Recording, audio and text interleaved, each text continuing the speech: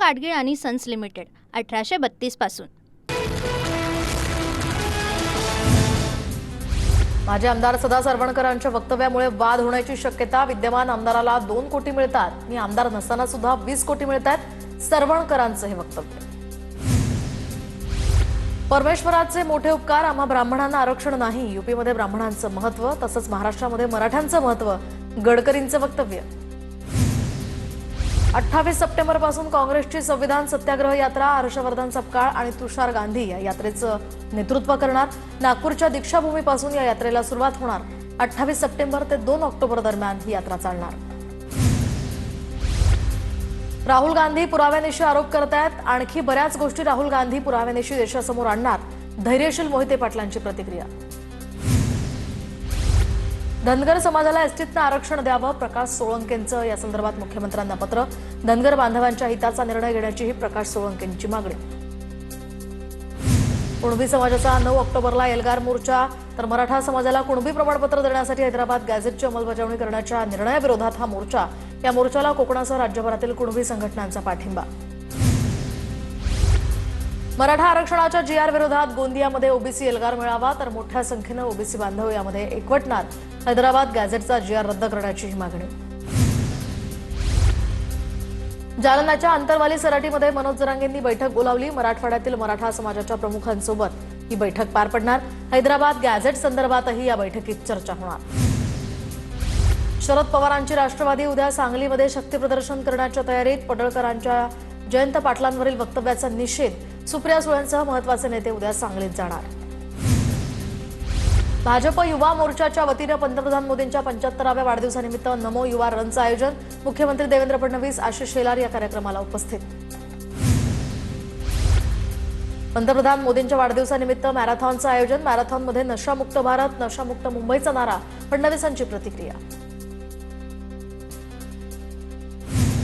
नाशिकमध्ये नमो युवा रनचं आयोजन। मॅरेथॉनमध्ये गिरीश महाजन सुद्धा सहभागी, तर मी आयुष्यात कधीही नशा केलेली नाही, आपणही तसंच असलं पाहिजे, महाजनांचं आवाहन। साताऱ्यामध्ये नमो युवा रनचं आयोजन। सार्वजनिक बांधकाम मंत्री शिवेंद्रराजे भोसले, मंत्री जयकुमार गोरे, अतुल भोसले यांच्या उपस्थितीमध्ये मॅरेथॉन स्पर्धेला सुरुवात। 2000हून अधिक स्पर्धक मॅरेथॉनमध्ये सहभागी।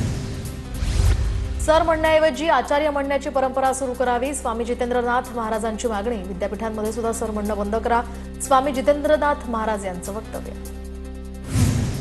वादग्रस्त अधिकारी पूजा खेडकरचे वडील अद्यापही फरार। गाडीच्या किरकोळ वादातनं दिलीप खेडकरांसह वाहन चालकांवर गुन्हा दाखल। वाहन चालकाला कालच अटक करण्यात आली। पुण्यातील आंदेकर टोळीची 27 खाती गोठवली। 50,66,999 रुपये पोलिसांच्या हाती। दरम्यान या आधीच्या झाडाझडतीमध्ये कोट्यवधींचा ऐवजही जप्त। आरोपींच्या स्थावर मालमत्तेची सुद्धा चौकशी।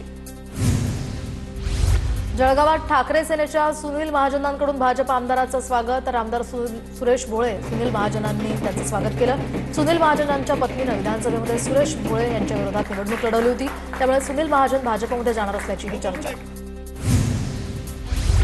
कराडमध्ये शरद पवारांच्या राष्ट्रवादीचे प्रदेशाध्यक्ष शशिकांत शिंदेंचा सन्मान। मुंबईतील आंदोलनावेळी मराठा बांधवांना केलेल्या मदतीबद्दल मराठा मोर्चानं मानले आभार।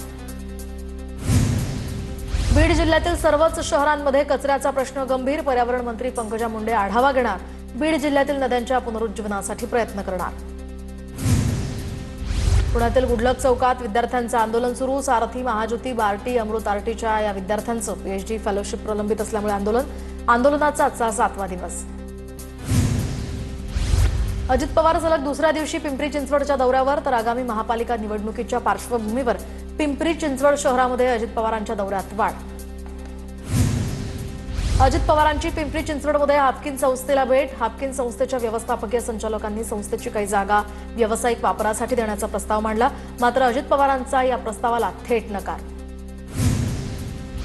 नंदुरबारच्या धडगावमधील काँग्रेसच्या शेकडो कार्यकर्त्यांचा शिंदेंच्या सेनेत प्रवेश। आमदार आमशा पाडवींच्या उपस्थितीमध्ये पक्षप्रवेश पार पडला। काँग्रेसच्या कार्यकर्त्यांनी शिंदेंच्या सेनेमध्ये पक्षप्रवेश केल्यामुळे काँग्रेसला खिंडार। नाशिकच्या मालेगावमध्ये जन्म प्रमाणपत्रातील घोटाळा प्रकरण। अस्तित्वात नसलेल्या आजोबांच्या नावावर जन्म प्रमाणपत्र काढल्याचं समोर, पण मालेगावातील सगळे जन्म प्रमाणपत्र घोटाळे रद्द केल्याची सोमय्यांची माहिती।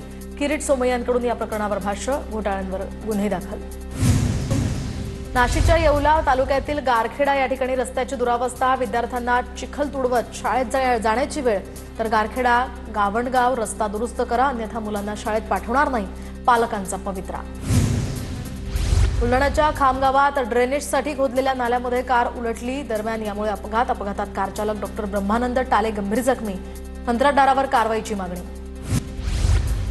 नागपुरात नवरात्री आणि धम्मचक्र दिनाचं औचित्य साधून महापालिकेकडून 110 बसेसची सोय, दीक्षाभूमीहून ड्रॅगन पॅलेससह अन्य मार्गांवर 90 तर कोराडी ते सीताबर्डी दरम्यान 20 बसेस धावणार.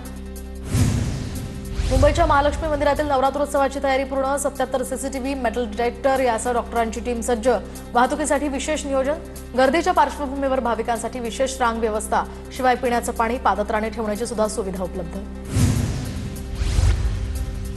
गोंदिया जिल्ह्यामध्ये नवरात्रोत्सवाची जय्यत तयारी सुरू, गोंदियामध्ये जवळपास 619 ठिकाणी देवी विराजमान होणार, अनेक ठिकाणी दांडिया गरब्याचंही आयोजन.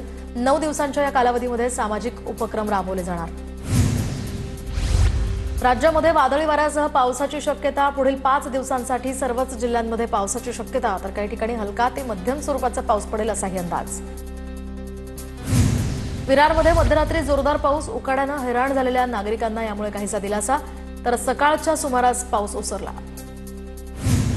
बीडच्या परळी तालुक्यातील वाण टाकळी या शिवारामध्ये पाणी शिरलं, तर शेतात पाणी शिरल्यामुळे पिकांचं मोठं नुकसान.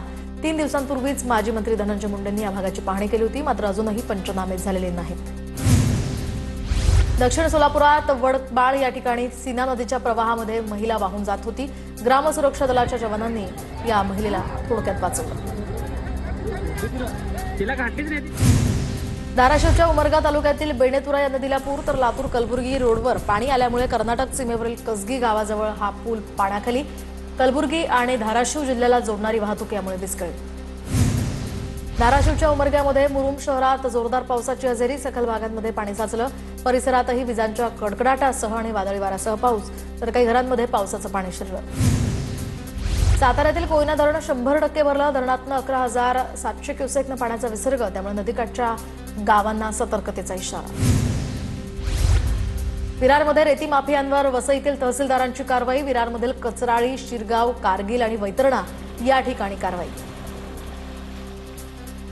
वर्ध्याच्या हिंगणघाटमध्ये सुद्धा गांजाची विक्री करणाऱ्यांवर पोलिसांची कारवाई, 2 आरोपींविरोधात पोलीस ठाण्यामध्ये गुन्हा दाखल, तर 1 किलो गांजा, दुचाकी आणि मोबाईलसह 1,41,000चा मुद्देमाल जप्त.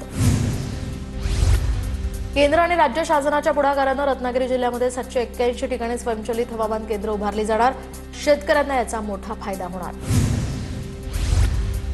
पूर्णा शहरातील चौकात नगरपालिकेनं खोदलेला खड्डा नागरिकांसाठी धोकादायक, रस्त्यावरील खड्ड्यांमुळे नागरिकांना त्रास, प्रशासनानं तात्काळ दुरुस्ती करण्याचीही मागणी.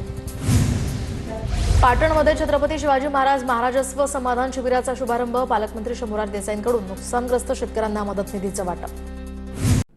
पूना गाडगीळ आणि सन्स लिमिटेड 1832 पासून.